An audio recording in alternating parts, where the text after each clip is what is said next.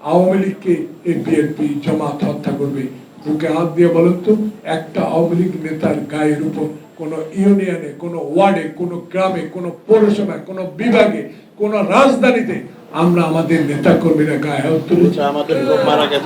বরঞ্চ আমাদের লোকের উপর আক্রমণ করেছে। গোপালগঞ্জে যেইভাবে আমাদের জিলানির উপর আক্রমণ করেছে, ইতিহাস তার বাবার কবর জিয়ারত করবে সেখানে পর্যন্ত যেতে দেওয়া হয়। তাই আমরা সকল কিছু ঊর্ধ্বে থেকেই আমরা ডক্টর ইউনূস আপনাকে শুধু মনে করে দিতে চাই, আপনাকেও কম সমস্যায় এই শেখ হাসিনা ফেলে নেয়। 14 তলা পর্যন্ত পায়ে হেঁটে আপনি কোর্টে হাজিরা দিয়েছেন। শেখ সেলিমের বক্তব্য আজকেও দেখতেছিলাম, কি ভাষায় আপনাকে কথা বলেছে। কেন এখনো তারা গ্রেপ্তার হয় না?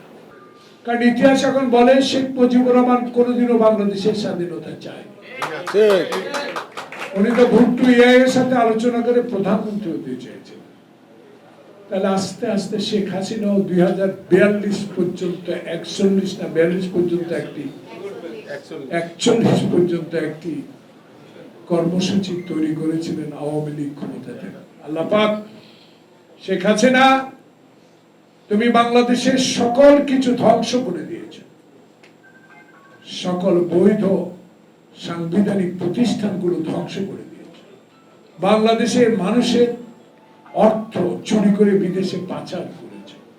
আজকে তোমার প্রেতাত্মারা, একটু আগে যে সকল বক্তা বলেছেন, সেই প্রেতাত্মারা এখনো বাংলাদেশে চলমান যে সরকার, অন্তর্বর্তীকালীন যে সরকার ছাত্র জনতা রক্তের বিনিময়ে অর্জিত হয়েছে, সেই সরকারকে অস্থিতিশীল করার জন্য এখনো বহাল তবিয়তে আছেন কেন, এই প্রশ্নটা জনগণ বলা শুরু করেছে।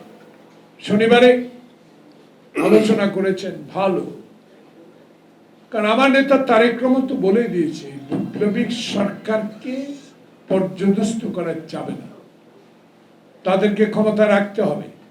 তাদের এই বিপ্লব যেন কেউ কোন রকম ষড়যন্ত্র করে সরকারকে কোন রকম অস্বস্তি করতে না পারে।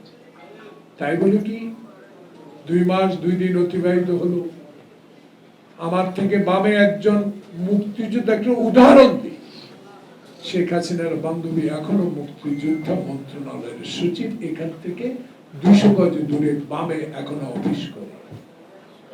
তাহলে প্রত্যাশা কি? প্রত্যাশা আপনার কাছে অনেক।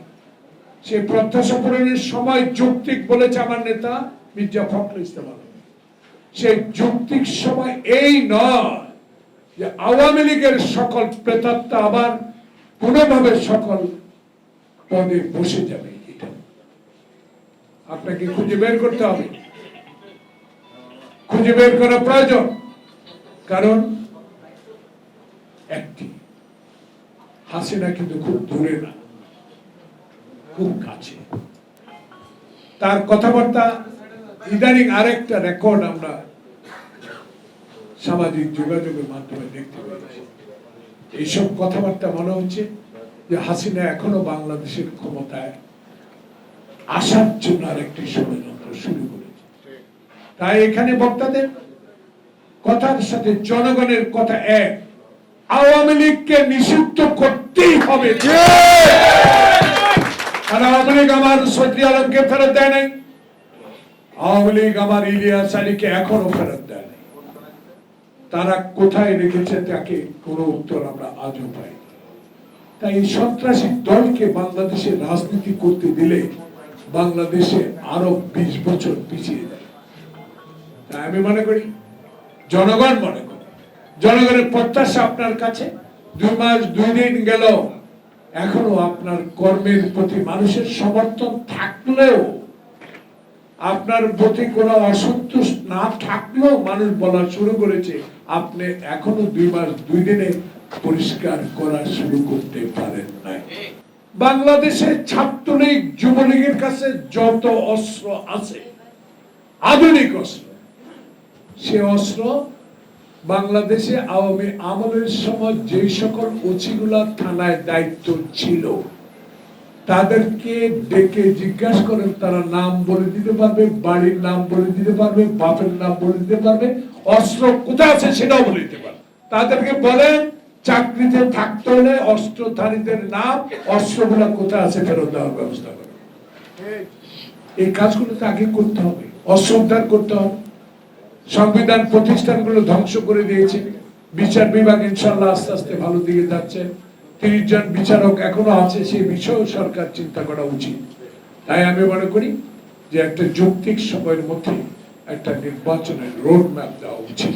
কারণ এই রোড ম্যাপ দিলেই জনগণ বিশ্বাস করবে এটা 111 সরকার নয়, এটা ছাত্র জনতা রক্তের বিনিময়ে অর্জিত সরকার।